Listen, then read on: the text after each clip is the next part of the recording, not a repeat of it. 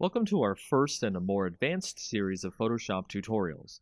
Here we'll talk about some interesting settings and techniques that will get you more acquainted with Photoshop in general. Let's talk about curves. Curves is a setting in Photoshop that allows you to get richer tones and colors in your pictures. To start, we've opened up our usual coffee image here, and we'll click on the Image drop-down, then Adjustments, then Curves. You can also hit Ctrl+M at the same time. Doing this will open the Curves window, which looks like a neat graph chart. In the middle, you should be seeing a line going from the bottom left to the top right. If you want to apply a quick preset, which will set the settings for you, you can click the drop-down and change from the default to other settings in the list. Setting the color preset to color negative changes some things here, which we'll explain. As you can see, the individual values on the chart have changed. The original black line is still the same, but each individual color has changed. This is a permanent way to change the values of the image, but if we wanted to make it something a little less permanent and tweak the settings as we edit our image, we can make a new layer by going to Layer, New Adjustment Layer, and then Curves. This will allow us to have our own layer that we can edit the properties of in the Properties window. So over here in our Properties window, you can see that we can edit our curves just like the image edit we were doing before, but it is not permanent as we can hide or unhide the layer using the I button next to the layer. So the main thing to take away from curves is reading the histogram and placing points. We can place points on the histogram so we can change the color changes anywhere in the image, based on the dark spots or the lighter spots of the image. As you can see on our image, the shadows and highlights of our image aren't very great, so we can edit our colors without much interference. So if we put one point in the middle, one point on the end, and one point on the beginning, we can change the colors and alter them in subtle or more advanced ways. Curves help out many Photoshop users with images that have bad contrast or bad lighting. Use curves next time you have an image that needs tweaking. It's one of the most powerful tools in Photoshop's arsenal. Welcome to our second tutorial in our advanced line of Photoshop tutorials. This time we'll talk about some features that are similar to curves, but do things in a more individual way. Brightness, contrast, and exposure. Just like before, we'll start out with our image available. As before, we could alter the image from the Image drop-down and brightness and contrast under the Adjustments, but we'll create a new layer using Layer, New Adjustment Layer, then Brightness and Contrast. That way we can adjust without permanently changing the image. Once in the adjustment layer, we can see that we have a brightness slider and a contrast slider. Tweak your image using these settings. Left is less brightness, making it darker. Right is more, making it lighter. Negative contrast washes out the colors, while positive contrast makes the colors stand out more, but it can make the shadows too dark.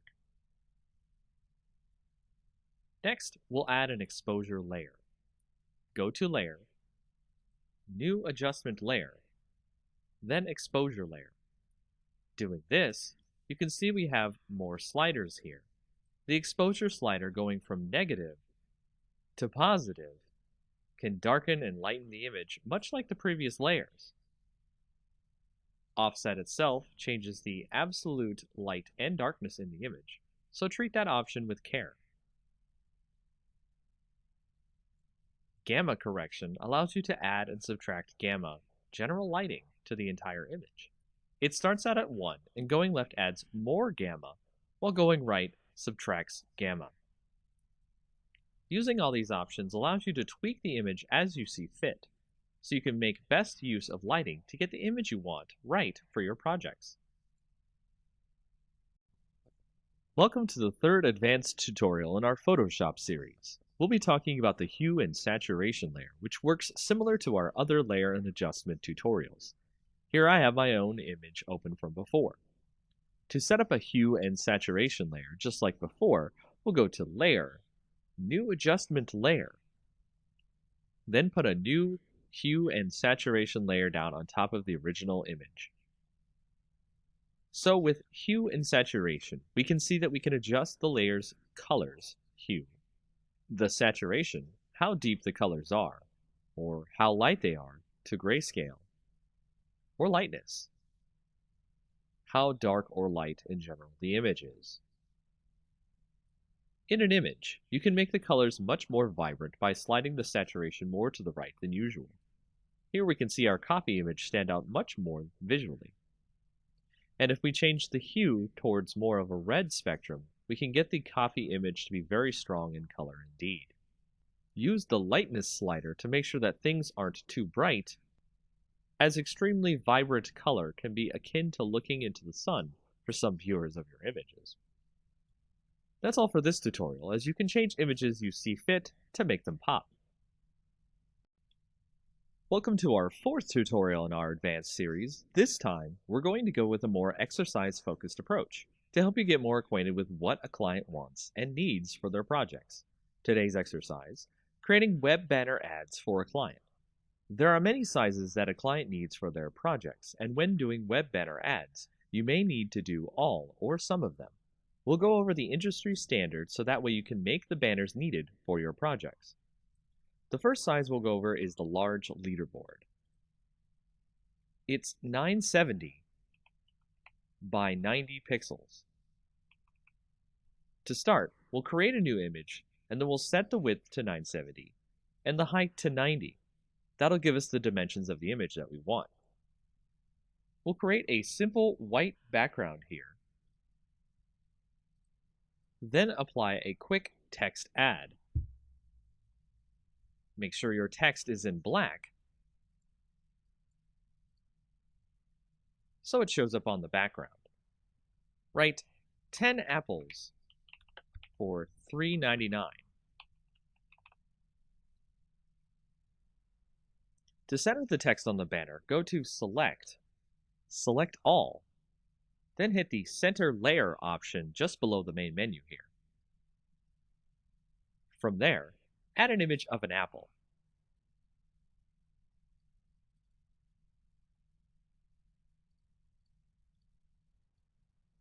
Here I've added a quick image of an apple I found on the net to both sides of the banner to give it more of a friendly look.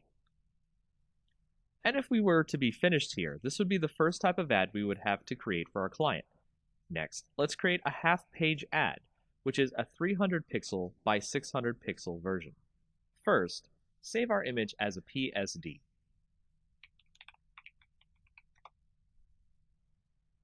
Now, change our image to a 300 by 600 canvas. Go to Image, Canvas Size, and change the inches drop-down to pixels. Here, type in 300 width, 600 height. You'll notice our apples and text is now strangely off screen, and our background isn't fully white. We'll fix all of that and show you how to continue to make other sizes of ads. If you notice, the apple images aren't exactly gone. They're just off screen to the image's canvas. Let's bring those apples back to the top and bottoms of our image now.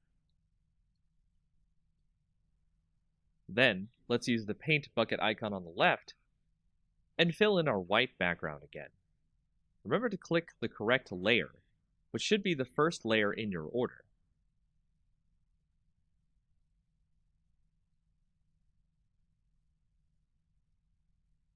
If it helps, name your layers so that you can remember which is which.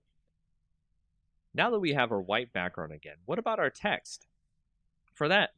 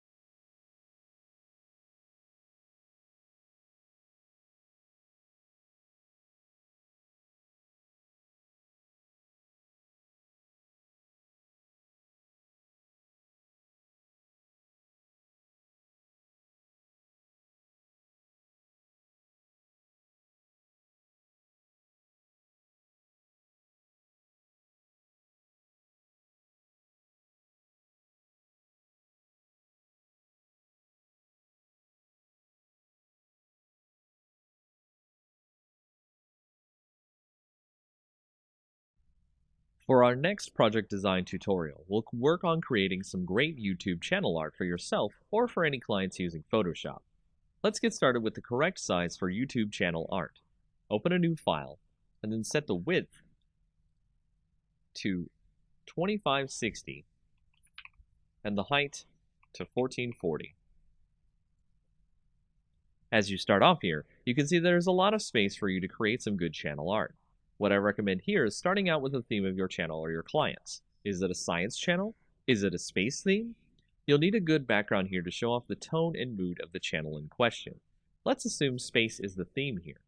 I've gone and grabbed a freebie space background here and imported it into the image. With this, we can have a nice canvas of art to build the YouTube's mood and image from. Our imaginary space YouTube is called Deep Cosmos. So let's create a great text effect to show off the name of the channel. First, create your text. Make it large enough to be visible.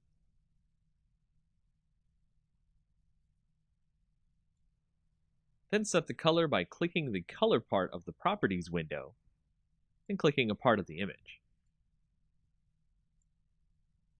Then we'll go into the layer blending option,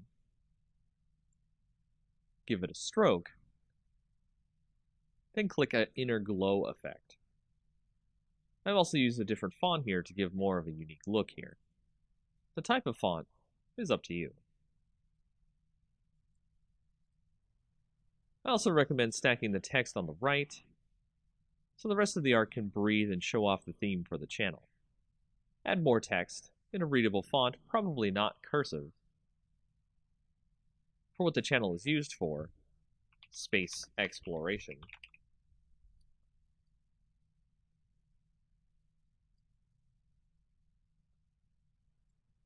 Any extra social media links. I'd not use any more than 2 fonts on your images as well, as it is a design error to use too many different fonts. And this will create a very basic YouTube channel art that will evoke a great wonder about what the channel is based around, and draw viewers in with its great visual design. In our next project design tutorial, we'll go over how to make a Facebook ad. Facebook ads are similar to the industry standard ad designs, so we'll go over the basics really quick and then design an ad in a standard size. Single ads are the easiest type to do, as the other options Facebook gives you for ads are multiple image ads, video ads, and a few more. As before, we want to open a new image with the correct size. The standard Facebook ad size is 1200 pixels by 618 pixels. Let's open an image with this size now. From here, we'll create an image that really pops for our audience. Let's say we're creating an image for a seafood company. Let's go grab an image of some great lobster dinner. On top of that, you want to make the image have something that stands out for your audience. So adding some text that implies the dinner is irreplaceable or you can't find it anywhere else is to create that type of rarity that clients want their products to have. This is not necessarily true of every ad you make, but a nice quip or message about the product you're advertising will help with the ad. We'll add that in, and then we'll touch up the image by adding a quick inner glow filter, and adding more of a vignette look by adding a dark glow, but only around the inside edges of the image. After that, you're done and ready to continue making more ads for Facebook pages. These are the ads you typically will see in Facebook feeds. In this project design tutorial, we'll go over how to make a Facebook cover page. Facebook cover pages are similar to our YouTube cover pages in that you can make them as expressive as you or the client wants. As before, we want to open a new image with the correct size. The standard Facebook cover size is 851 pixels by 315 pixels. Let's open an image with this size now. From here, we'll do as we did before and create something a little more exciting like our YouTube cover image. Let's make this one about science and grab a picture of a laboratory background. Make sure if you use images, you get them from approved sources. No one wants to use copyrighted images in someone else's project.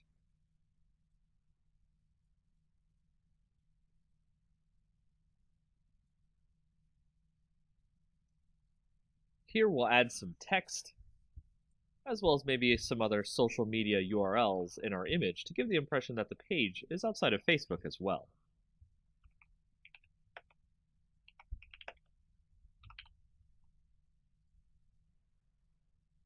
Once you've got the look right, it's just as simple as a YouTube cover page. One more thing, if you want to get the ratios right for mobile, make an image that is 640 pixels wide by 360 pixels tall. After that, it's really easy to make more cover pages as you see fit, as well as make sure to save everything as a PSD, so you can edit the cover page in case there's errors. Facebook also accepts PNGs for cover pages, so don't worry about compatibility too much. One of the best ways to make a stunning image that allows the viewer to get the message and the image tied together in a beautiful way are quote images. These are the type of images that you see with words overlaid or cut out of the image to make it look more like art than just text on an image. To show you how to create this image that I have here, let's start with a generic background so we can make something stand out. I went and I found a picture of a pile of leaves. This will be our base that we'll use to create the image. The words that we create will go into the leaves to look like they're coming out of the leaves. To start, I'll write the words life. It's never too late to jump in over the leaves itself. Doing so creates the usual text over image effect, which is fine on its own, but we want to make the words look as if they're underneath the leaves or coming out of the leaves. To do this, let's create another background layer copy on top of the text. And we can drag the opacity down enough so that we can see the words behind it.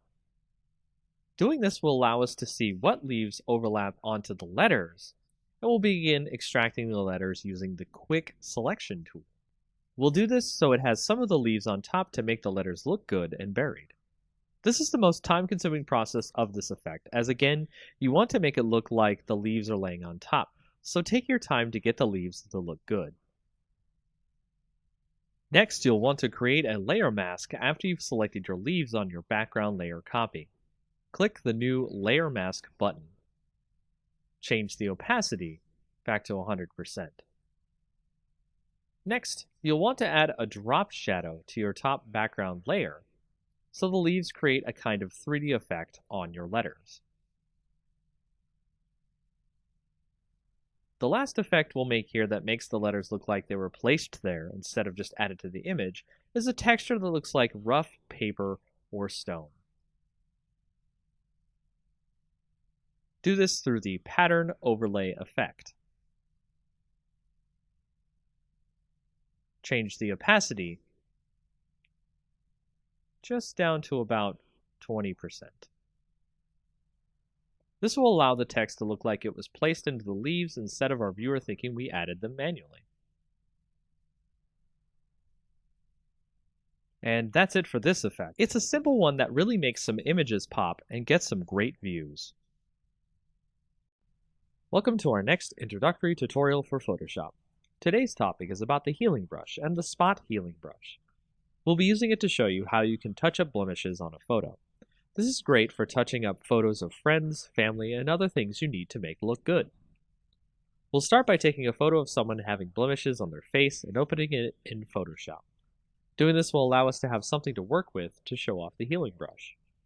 If we select the healing brush here on the left, with the nice bandage icon on it, you can see that we have options up at the top. Sampled is what you normally want to use for your restoration of your faces and such in your blemished images. Using this, we'll hold the Alt key and click on a spot we want to use as a basis for healing the image. Once we've done that, we'll heal a spot here, and you can see that the brush has figured out what to use nearby to make the healing effect of the brush take place. If we continue, we can remove all the blemishes, and it's a pretty amazing tool. Another way we can do this is, of course, with our spot healing brush, which will do something akin to the selection tool and automatically come up with what you want to heal. At the top are our options, We can do proximity match, which will use what's around the spot you want to heal to fix, create texture, which will create a mix of textures from around the image and is generally not good for face touch-ups. Content aware will try to guess based on what's on the layer itself and what seems appropriate here. Proximity match is actually one of the best options, and you'll see that it tries to fit the fixes in where it can. So be careful with your healing, and have fun making faces and other things look great. Smart filters are one of the most powerful features of Photoshop. We'll start this tutorial by showing you how we can make a smart object, add a filter to the image without it being permanent, and show you the power of smart filters that way. We'll start by opening this image of flowers here, and you can see that we have a great setup of a butterfly and some flowers. What we want to do is convert this image into a smart object, and all we have to do is right-click on the image and then click Convert to Smart Object. Doing that will set us up for any filters we want to add to this image, and it can be quite addicting to add filters and mess with the image. So let's try to isolate the butterfly here from the rest of the image.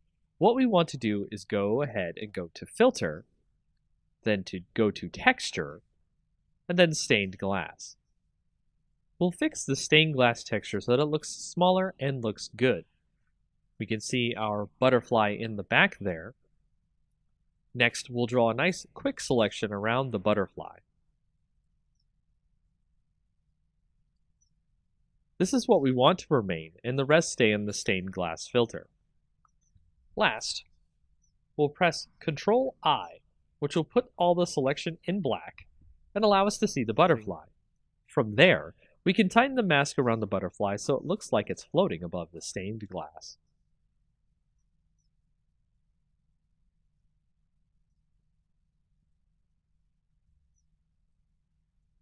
And that's just the basics with what you can do with smart filters. Easy, simple to use, and you don't have to worry about them permanently editing the image this way. This next tutorial will go over the basics of how to create a great image dispersion effect. This effect is great because it looks like the image is being torn apart, but in a way that looks realistic and graphically amazing. Let's learn how to do this together. I've opened up an image of a man here. First, I'll start by creating a duplicate layer of the man in the background. Then I'll lasso over the man in the background layer.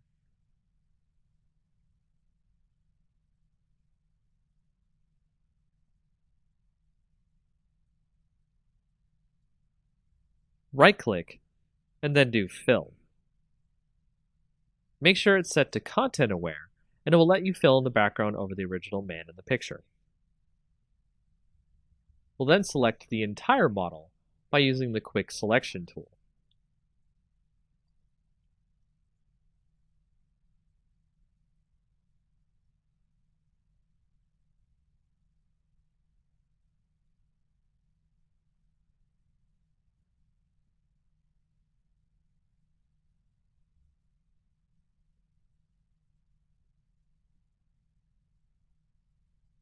From here, depending on your Photoshop client, you can use Refine Edge or Select and Mask and give more of a refined edge to the hair on the model, so we can pick up individual hairs and outlines.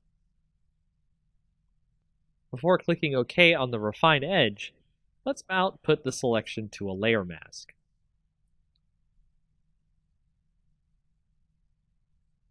Now you can see the model is on a separate background.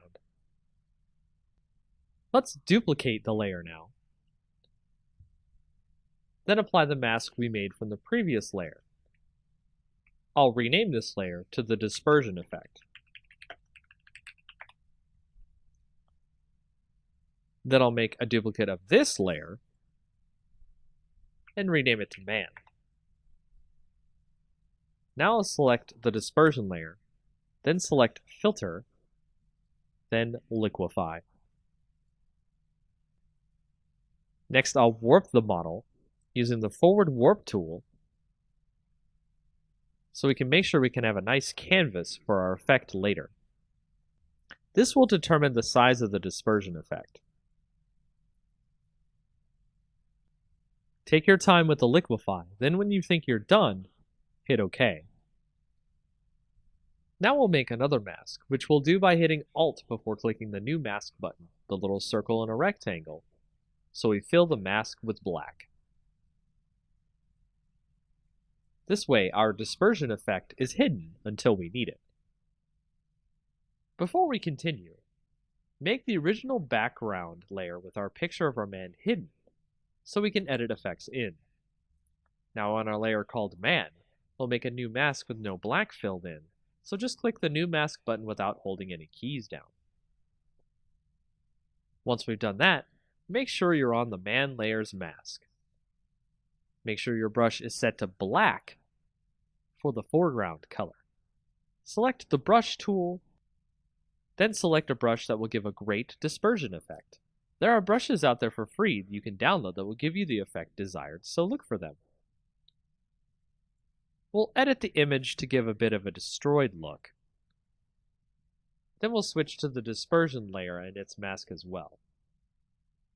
Switch the color to white, and start masking in, uncovering, the warped layer we did earlier. This will give you the effect of a dispersion going onto the image and looks really great. Experiment with this feature.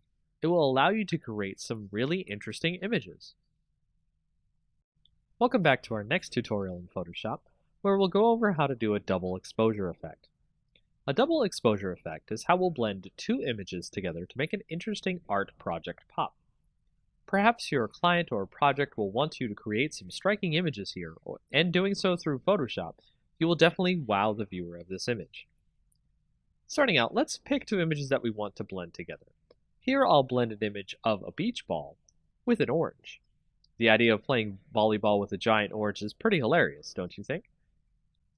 To start blending these two images together, I'll take the image of the orange, use the Quick Selection tool, and select the whole orange. Once I'll do that, I'll copy the orange selection into the image of the volleyball. As you can see here, the orange is way too large to be able to be blended with the volleyball. I'll need to scale the orange down to size. To do this, we'll need to make a copy of the volleyball layer to start off with. Drag the layer and make sure it's the top layer over the orange. Set the opacity to about 50%. Then we'll shrink the orange to about the same size of the volleyball. Do this by clicking the link icon up near the width and height. This way, with the opacity, we can see exactly what size we need the orange at.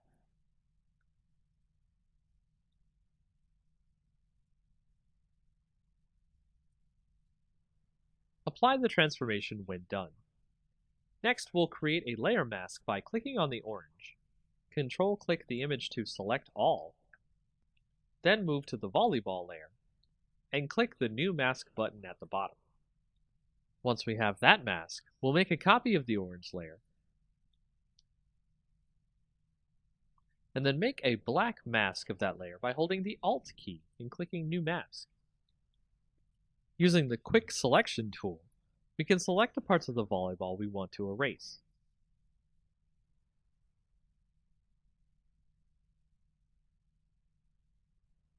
Once we've gotten the image the way we want, you can see that it has this great dual blend effect of having a volleyball that looks like a huge orange. Make sure to leave on the background for the largest effect of showing off the volleyball orange in the scene. Now you know how to use layer masks to blend two images together. Welcome to the next tutorial in our Photoshop series. We'll be doing this tutorial about a great neon text effect for your text. It's a simple effect that will make it really fun to add text to your images of brick walls, or nighttime building photos, and more. First, we'll start out with a brick wall image. Any brick wall image will do, as we will put our text over it and make it glow. Let's add some text now to the image and write neon, probably in a cursive font of some kind. Make sure the font size is large enough to fit into the middle of the image. Next, we'll add a hue and saturation layer to the image, so select the background layer, then go to Layer, click New Adjustment Layer, and then Hue and Saturation. Set the saturation to pretty low, and the lightness as well, but not too dark. We want it to be bright enough that we can see the brick wall. Next, create a new layer which we'll call Clouds. You could do this, of course, by clicking the New Layer button at the bottom, which looks like a new page. Here we'll add Clouds to the layer by clicking Filter, then Render, then Clouds. Create a black layer mask on that cloud layer by Alt-clicking the New Layer Mask button. Make sure your Clouds layer is set to divide on the layer mode here. Let's use our brush tool here to uncover some clouds. Set the foreground color to white. Make sure the layer mask is selected. And set the opacity of our brush to about 50%. Make sure your brush hardness is also 0% as well. Once that's done, uncover some clouds behind the neon word.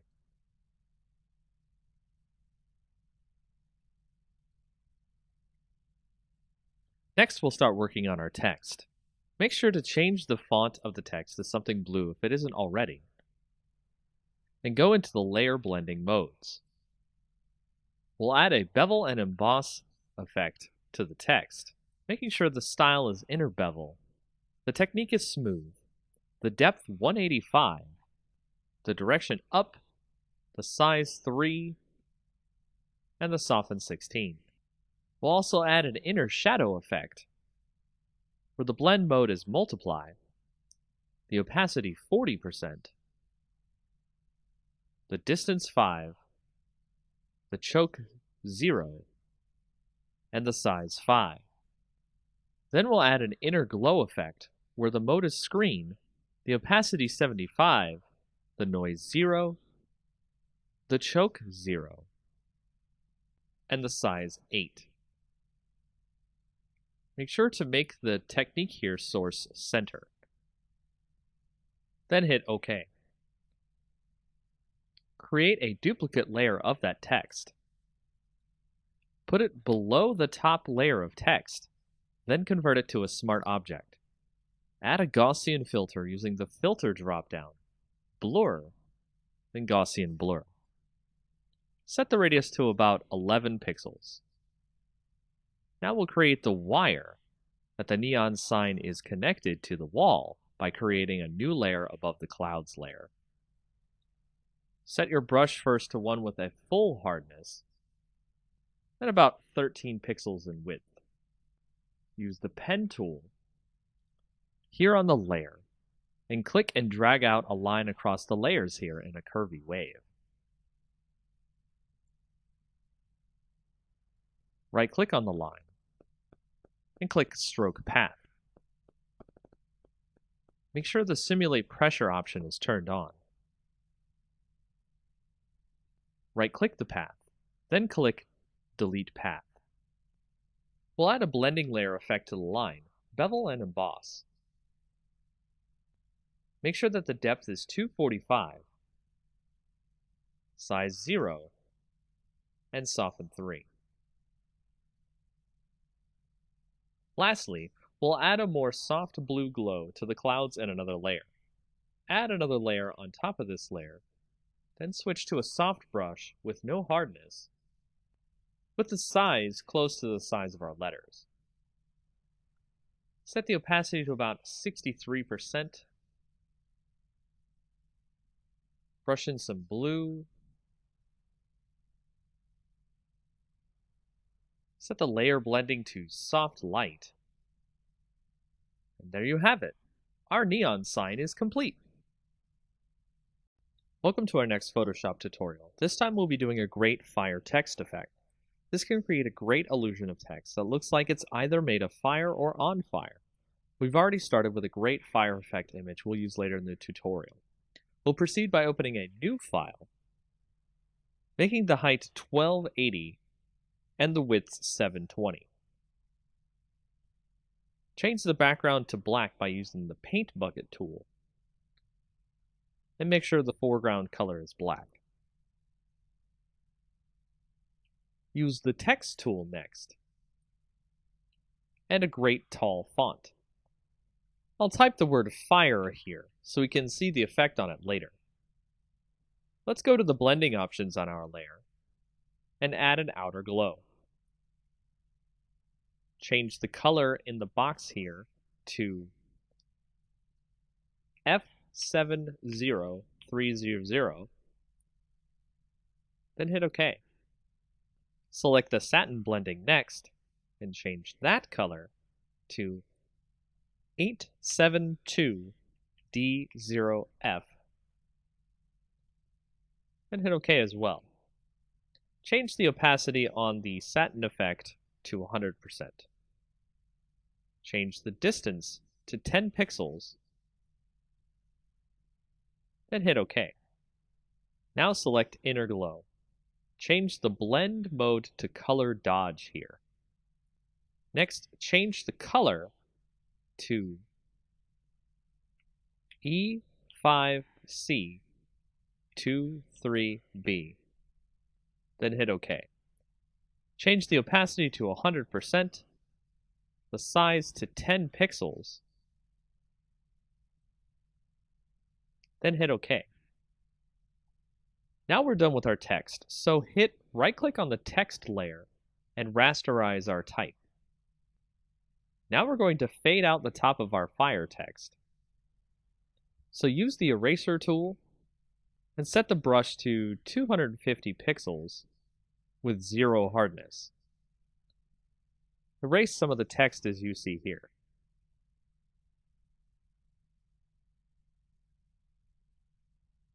Now we'll go up to Filter, Distort, then Zigzag. Set the amount to 4 and the ridges to 4. Make sure the style is set to Pond Ripples and hit OK. Now we'll select our fire image we've opened and copy that into our text image we're working on. Position the fire image over our text, then we'll switch over to the Channels tab here next to our layers. Hold Ctrl and click the green layer to load a selection of the areas of fire in our image. Head back to the Layers tab, then press Ctrl J to make a copy of the selection we got from the Channels tab. Delete our original fire layer. Here I'll rename the layer Fire Main to stay organized. We'll move the fire around to wherever we like in the image.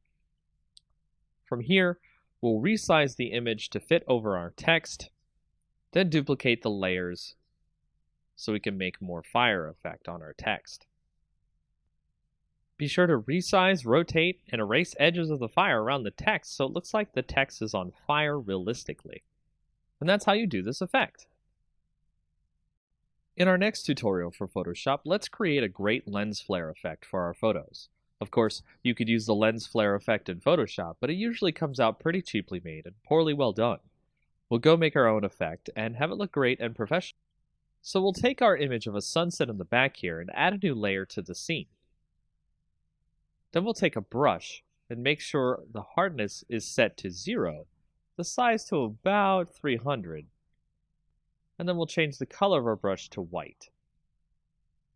Next, we'll paint a spot, and then zoom in to the brush effect on our image. We'll add some noise to our effect using Filter, Noise, Add Noise. Use about 3.5% of noise.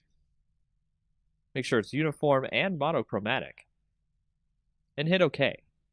The noise is going to prevent the effect from banding if we scale the effect.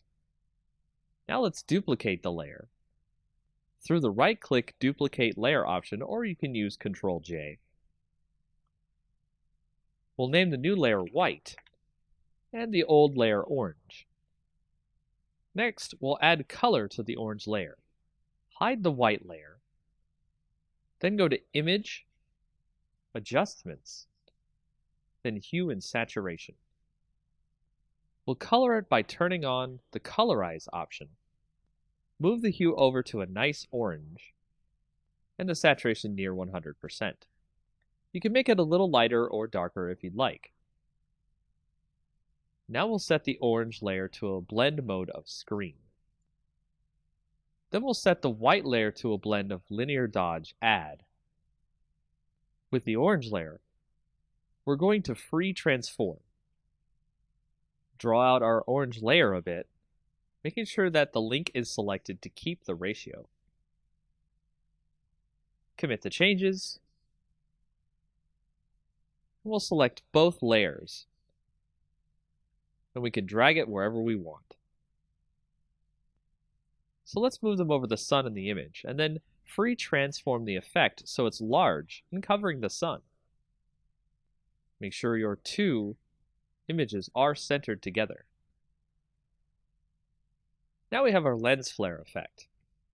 If you want to make sure that you don't want to wash out the color in the image, go to the orange layer, set it to screen, and then the white layer to linear dodge add. Change the opacity of the orange layer down to 50% or so. With the white layer, we're doing the trick here, which is the fill opacity rather than the actual opacity. Set that to about 15% or 20%.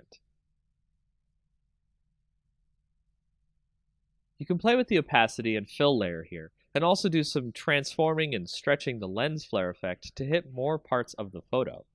This is a very quick and easy way to generate a lens flare that you have full control over the way it looks on your image. Welcome to the next tutorial in our Photoshop series. We're going to go over a way to create a quick lomography effect. And a lomography effect is a type of effect that you might see on Instagram photos or other types of photos that make it look kind of a hipster-like or retro look. Now, it's very easy to create this look. It's actually extremely fast to create this look in Photoshop. All you have to do is open up a photo. You can see, for example, I have a photo right here. You want to go to Layer, New Adjustment Layer, and Curves. And we're going to make a new Curves layer here. Now, I'm going to make the Curves layer called the lomography effect, which we'll go ahead and type that in. And you can see we've got a nice little layer that goes over our background. It also has its own layer, so that way we won't have to worry about making the effect on the image and not having it affect the image permanently. So the way we start this effect is we go through and check out the curves. So we've got the histogram here, and we want to start out by actually putting a point here and dragging it down a little bit, which you see will actually drag down some of the shadows in the image. And then you want to put a little point up here and drag that one up, which will actually drag in some more light into the image. Then we'll go into the red, and we'll actually put a little point there, drag that down a little bit so we can get some more in there. But we actually want to drag the shadows up a little bit so we can get some more darkness, depth to the image. We also want to drag up the end here as well, and go to the green, and do the same thing, drag up a little bit there, drag down a little bit at the top. And then when we get to the blue, we'll actually do this a little bit different. We actually want to drag up on the previous one, and we actually want to drag down at the top here, which will actually add a lot of different blues to the image there. So if we go back to the original RGB, we can actually pull up the shadows a bit, because we want to create that kind of soft tone in the shadows as well. And by doing that, that allows us to create a great lomography effect. It's actually kind of overdone here. It's a little bit too much on the image. So if we go to the opacity, and when you turn the opacity down to maybe about like 50, 55, you can see that it has put itself over the image, and you can see a nice effect on your image that gives it kind of a hipster or retro look. And you can turn on and off the layer to see the difference in the image as we put the Lomo effect on. And that's pretty much it for this tutorial. Welcome to our advanced GIMP tutorial, where we'll actually show you a way how to do digital black and white conversion. It's quite an easy effect to do. We'll start by opening up an image that you might have seen before on a previous tutorial.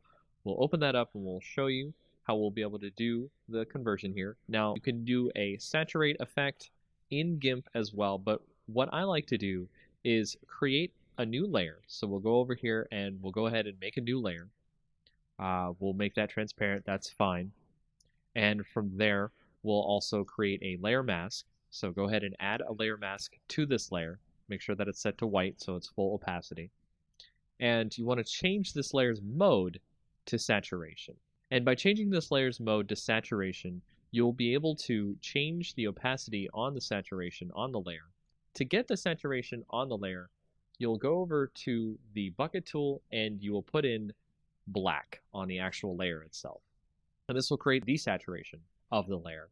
And you'll be able to see the entire layer is in black and white. Now, you can set the opacity on this so the effect is not that dramatic. So you can have some color, you can have less color, all the way up to 100%. So you can change this as you will, instead of just using the saturation effect, which will be one time only. You can use this to great effect to choose the granular control over the black and white conversion effect. Now, what you can also do is with this and having the mask, you can go to the original layer itself, use the scissors tool, and you can pick out parts of the image you want to have in color itself. So if you see here, I have picked out some of the glasses to be in color, and the scissors tool is one of the best tools for this as it tries to find the edges of the glasses on our background layer here.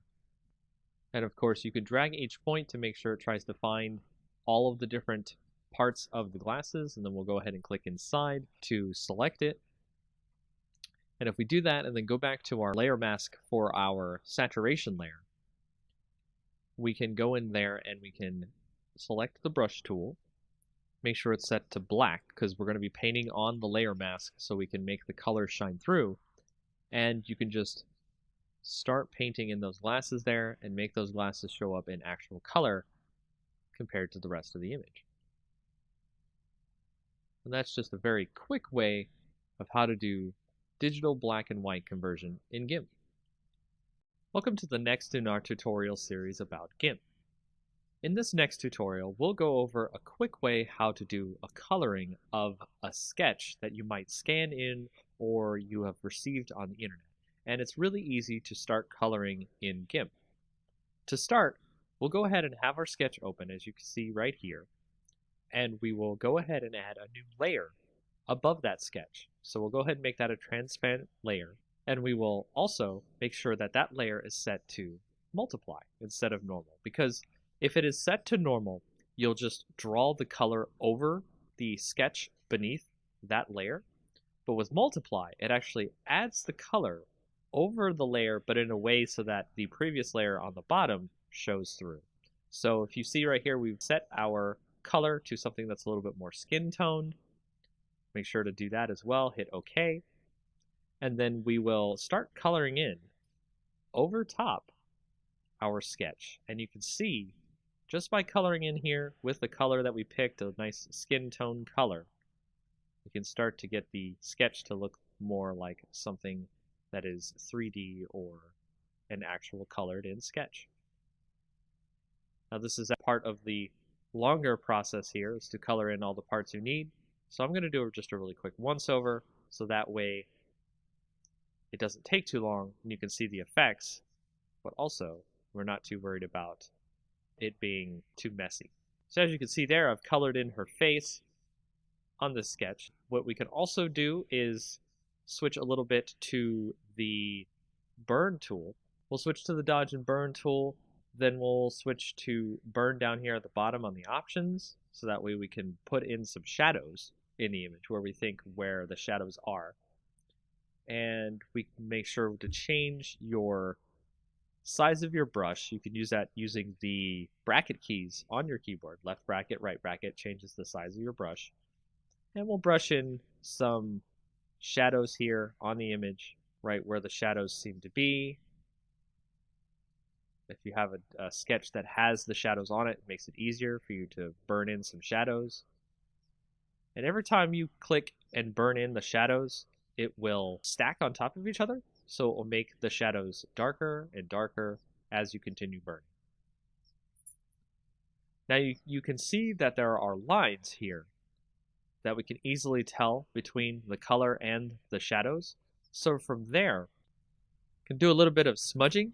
And smudging allows us to mix the colors together so that way they are not just lines on the picture.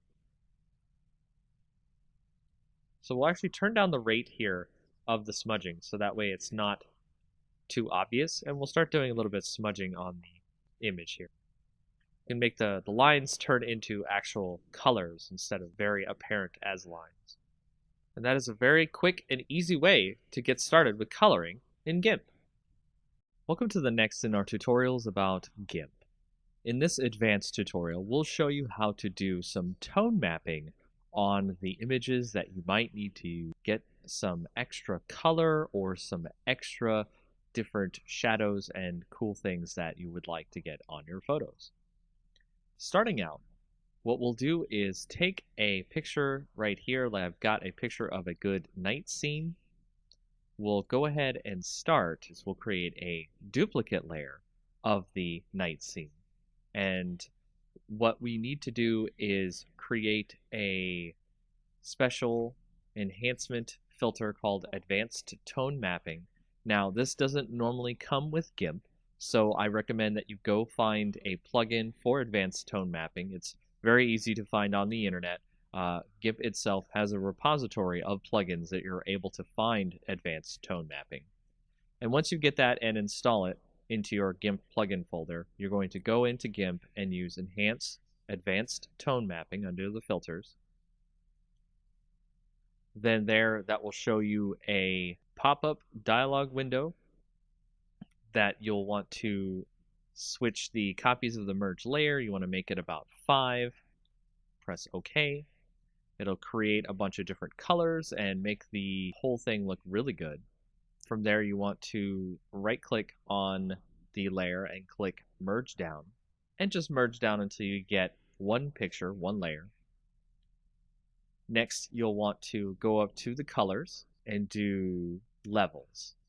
And on the levels, you want to switch that to maybe about 94, 93, or 92 on the gamma. Press OK there so we can get that into our picture. The next thing you want to do is create another duplicate layer. And then on that layer, you want to click Colors, Desaturate. And from there, you want to actually have it at lightness. You can do luminosity, you can do average. You can see that it changes the different shades of gray. But let's choose lightness, click OK. And then you want to go back over to Colors, click Invert, and you'll see all the different colors inverted here. Then you want to go to Filters, Blur, Gaussian Blur. And you want to set that blur to about, I think I want to do 20. 20 here seems fine. So now to blur the whole image, what we're going to do with this blurred image is we are going to switch the mode on the top layer here to overlay. And now you'll see it has overlaid onto our image down below. And you want to tweak this by using the opacity bar over here on the right. So we're going to set that to about 48, and then we will merge the layers down, and now you can see we have our new image that shows the different tone maps of color that are in our night sky image. And that's how you get some tone maps in your GIMP program. Welcome to the next in our advanced tutorial series in GIMP. In this tutorial, we'll show you how to remove noise from photos where pictures have been taken that have a lot of noise in them. And here you'll see we have started with a picture that has a bunch of noise in it, and we're going to remove the noise, and we can do this in many different ways, including going to the filter option, blur. We can do a regular blur, or we can do a Gaussian blur. And a lot of people like to use these blurs to get rid of the noise in the image. However, there is a better tool to get rid of the noise in images. It is an extra GIMP plugin that you can go find. Once you download that and put it into your GIMP program, you'll see it under your Enhance Filter options, and it's called Wavelet Denoise.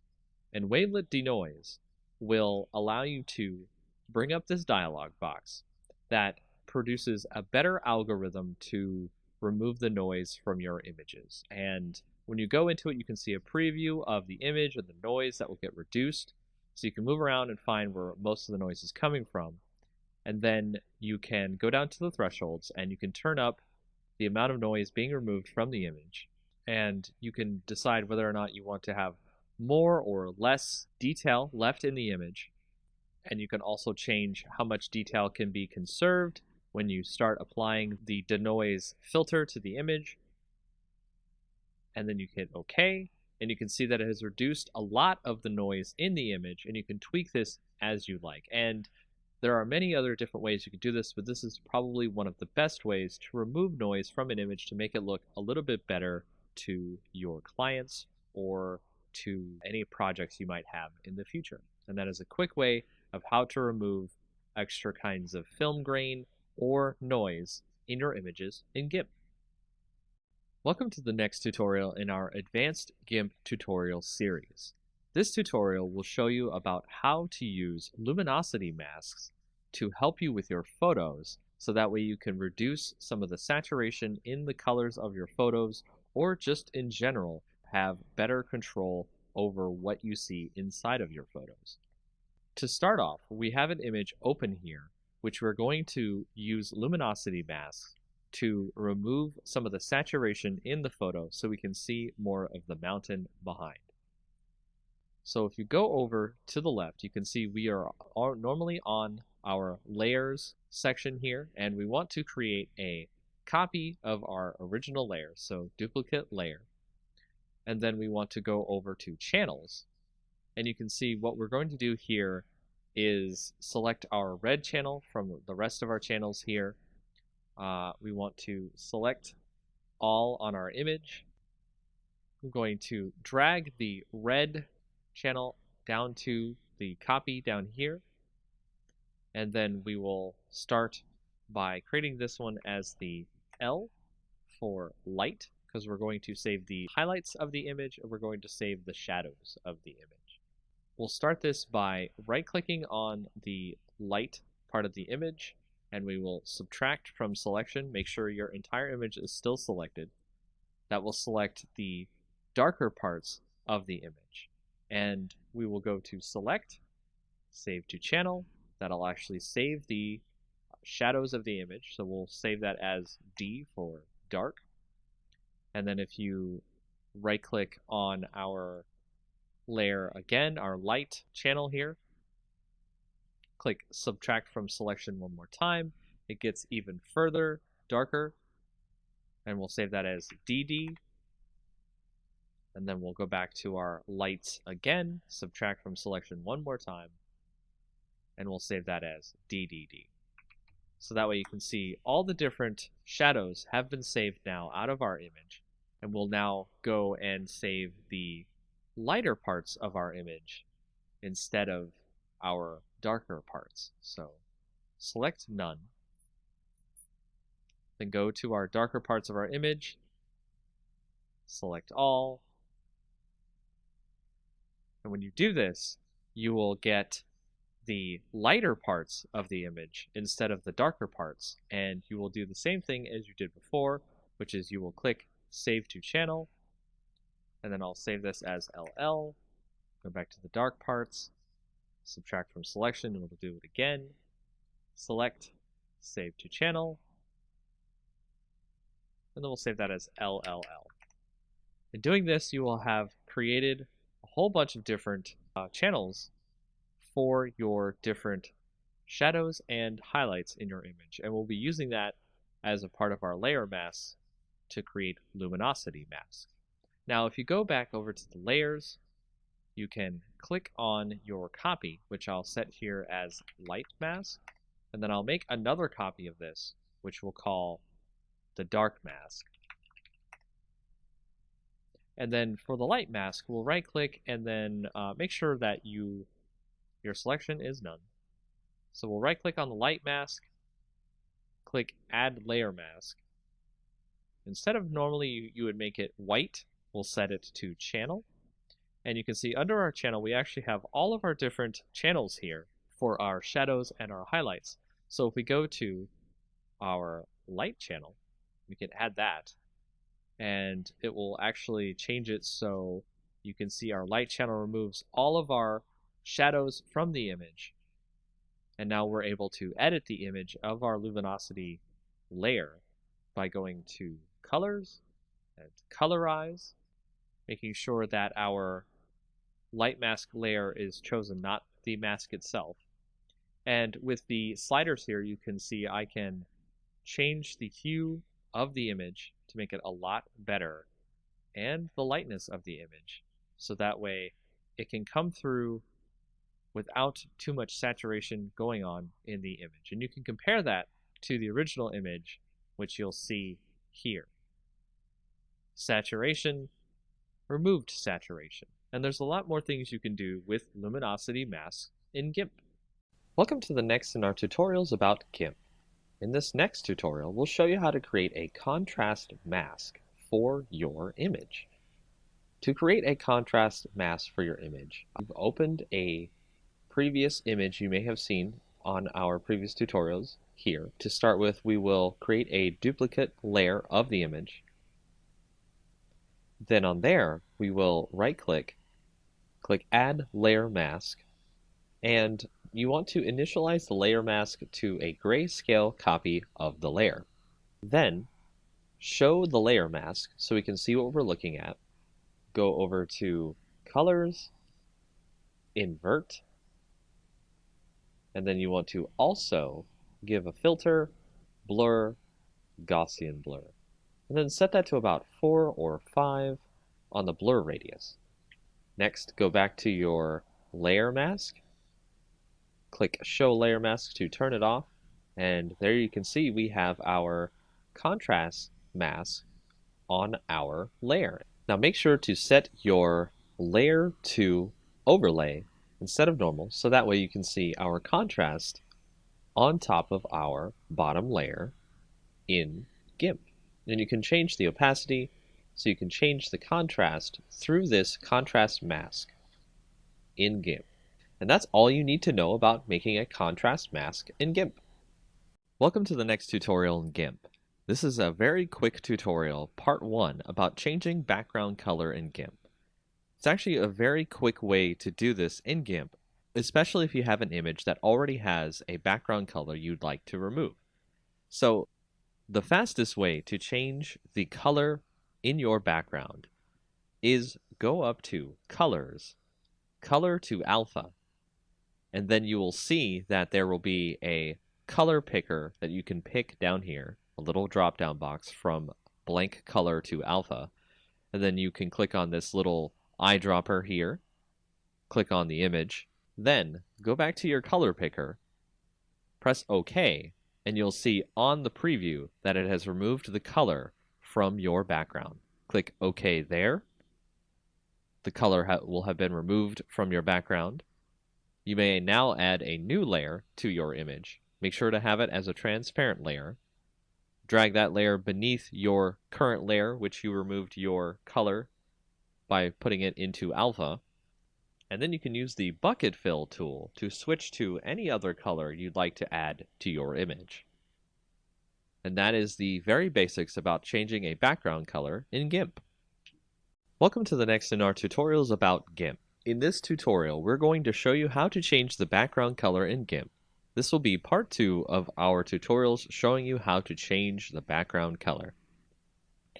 Another way you can change the background color in GIMP that is quite easy is go to your image, right-click, add an alpha channel if it doesn't have one already, and then from there you want to use the fuzzy select tool to select the part of the image you would like to delete to give ourselves a transparency. So you can see here it has selected all of the color besides the text itself, and if we were to continue from here, it would actually get rid of the background except for the other colors that we need to get rid of inside of the letters. To add the circles inside the text, you want to hold down the Shift button, which will add a plus symbol next to your fuzzy selector, and you can now add those bits inside the text into your selection. And doing so will allow you to delete all the parts of the image you want to get your alpha channel. So once you're finished there, just hit delete on your keyboard, And you'll see the background is now fully removed.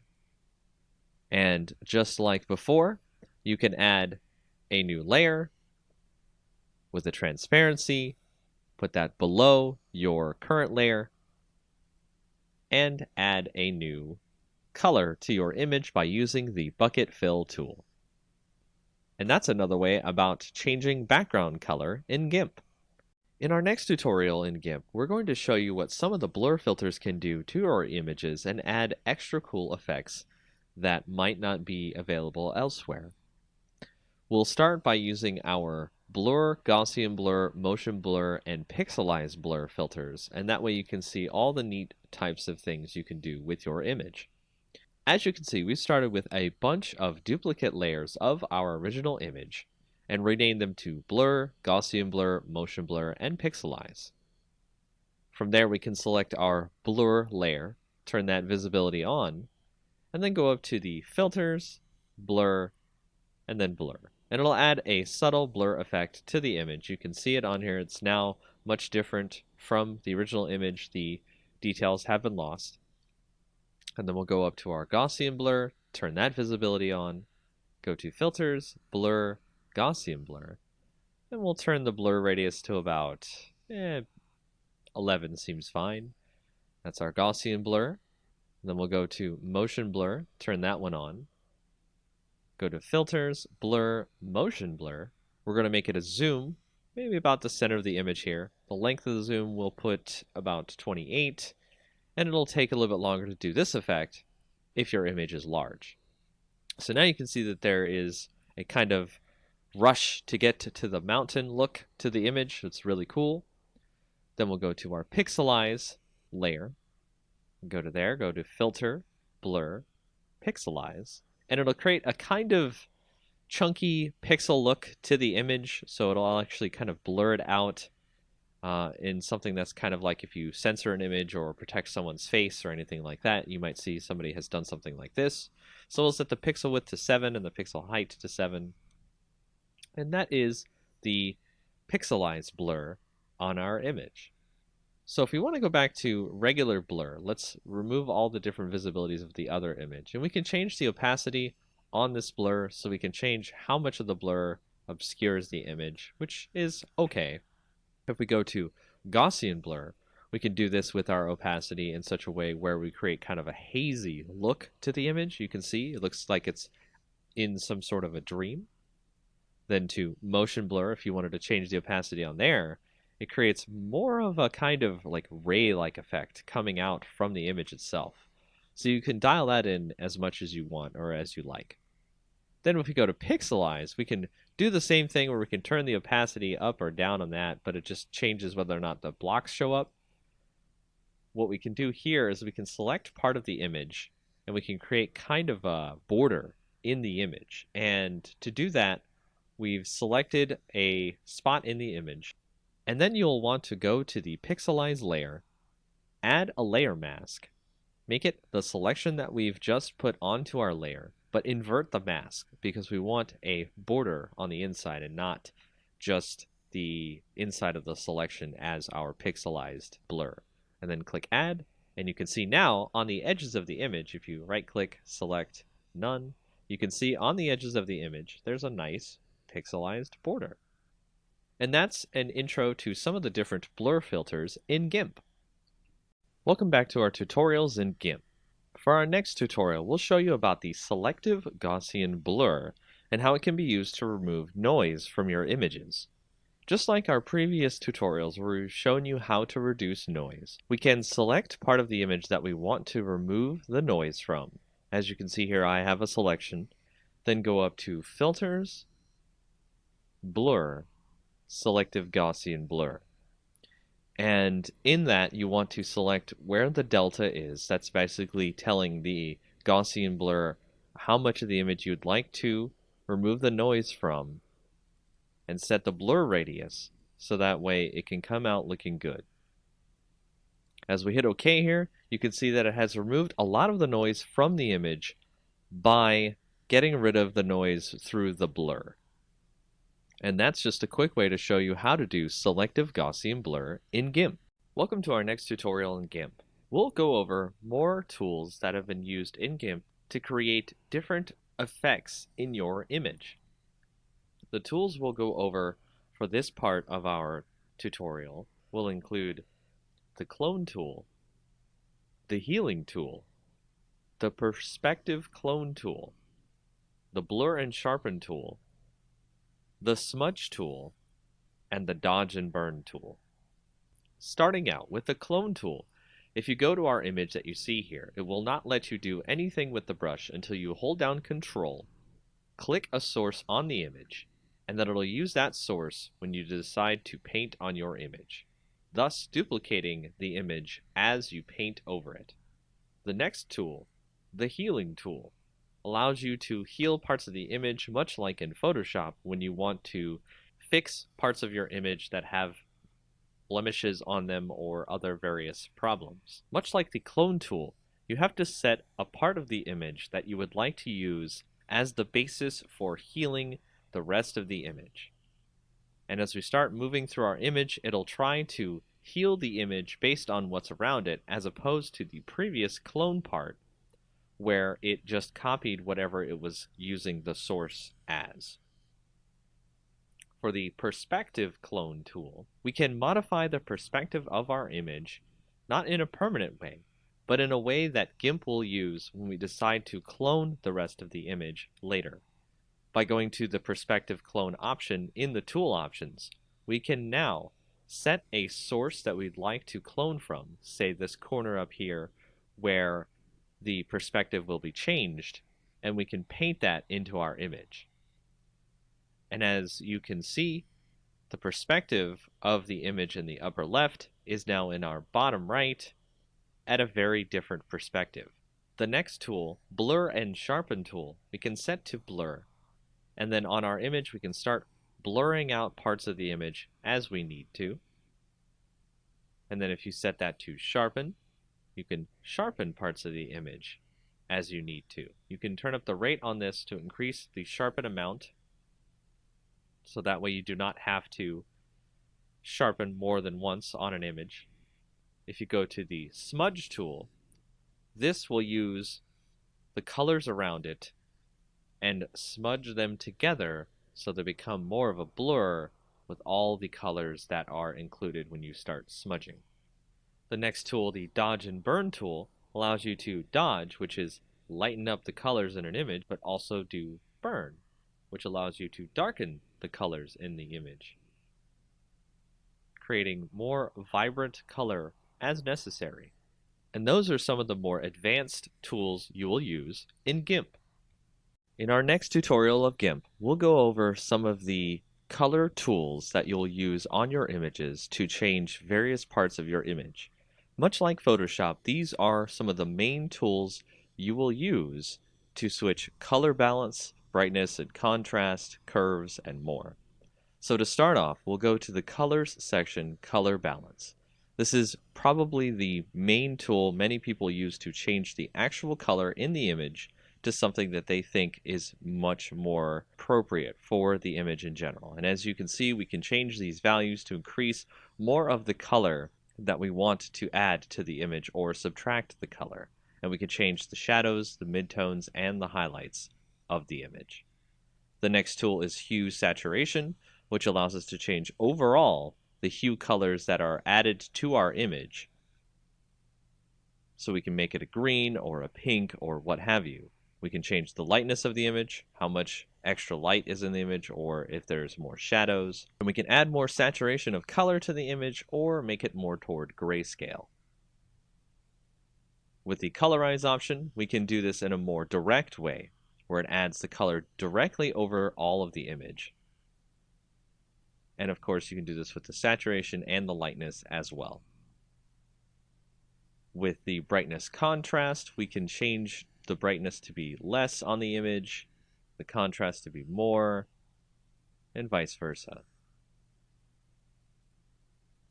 With the threshold, we can change what the image sees in terms of darkness or light. And for this, I would recommend using a layer mask so you can have something to blend over the image itself instead of leaving this as its own layer. With levels, we can go in and change the gamma on the image, so we can reduce the gamma, make it darker, or add more gamma to make it lighter.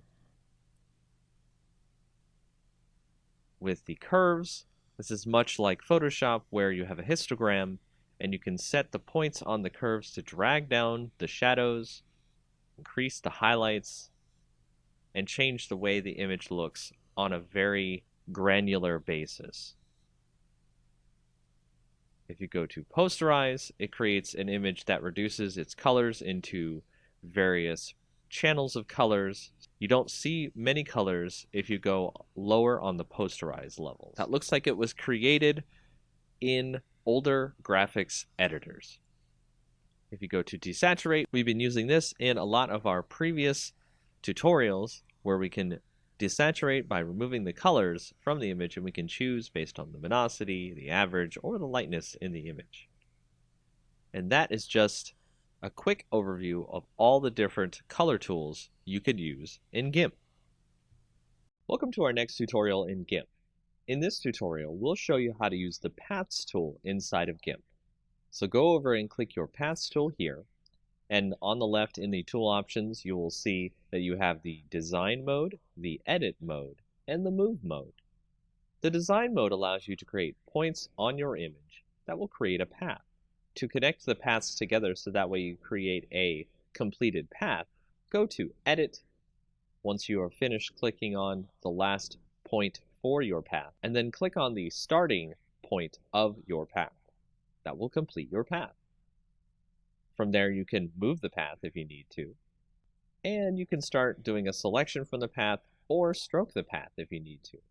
As a solid color pattern, you can set the pixels of the line, and so on. Another mode you can do with paths is you can create a new path where you can create a curvature to your path. And this allows people to create some very interesting and unique paths. To create this path, you must make sure that you have the polygonal option turned off.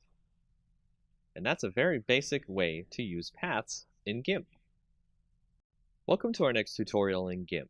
Now, in our previous tutorials of GIMP, you may have asked yourself, how do I install those scripts, plugins, and brushes that I see on the internet for GIMP? For example, we actually had a filter earlier that we used called the Advanced Tone Mapping, and we actually had to install that into our GIMP plugins folder, and the Wavelet Denoise we also had to install. So how do you do that? Well, once you find the plugin of your choice, for example, when we had to get Wavelet Denoise, you can go into your folders for GIMP, usually under Program Files, GIMP2, and then you'll see the different folders you have for GIMP. If you go into the lib folder, then go into GIMP, then go to 2.0 or whatever the version is, you will find the plugins folder. And this is the folder you will want to bring any plugins that are exe files that GIMP uses as extra plugins for its program. As you can see here, the Wavelet Denoise program is where we put that plugin. For other different things you want to put in your GIMP program, you go to the Share folder, the GIMP folder inside there, the version folder inside there, and then you can see that there are brushes folders, scripts folders, and various other folders you can bring extra things into GIMP to use for your projects. So if you have a script, for example, the Advanced Tone Mapping script, this is where it goes inside your GIMP program. And once you've put those files into the correct folders you need to put them in, all you have to do is restart your GIMP, and you're ready to use your scripts, plugins, and brushes.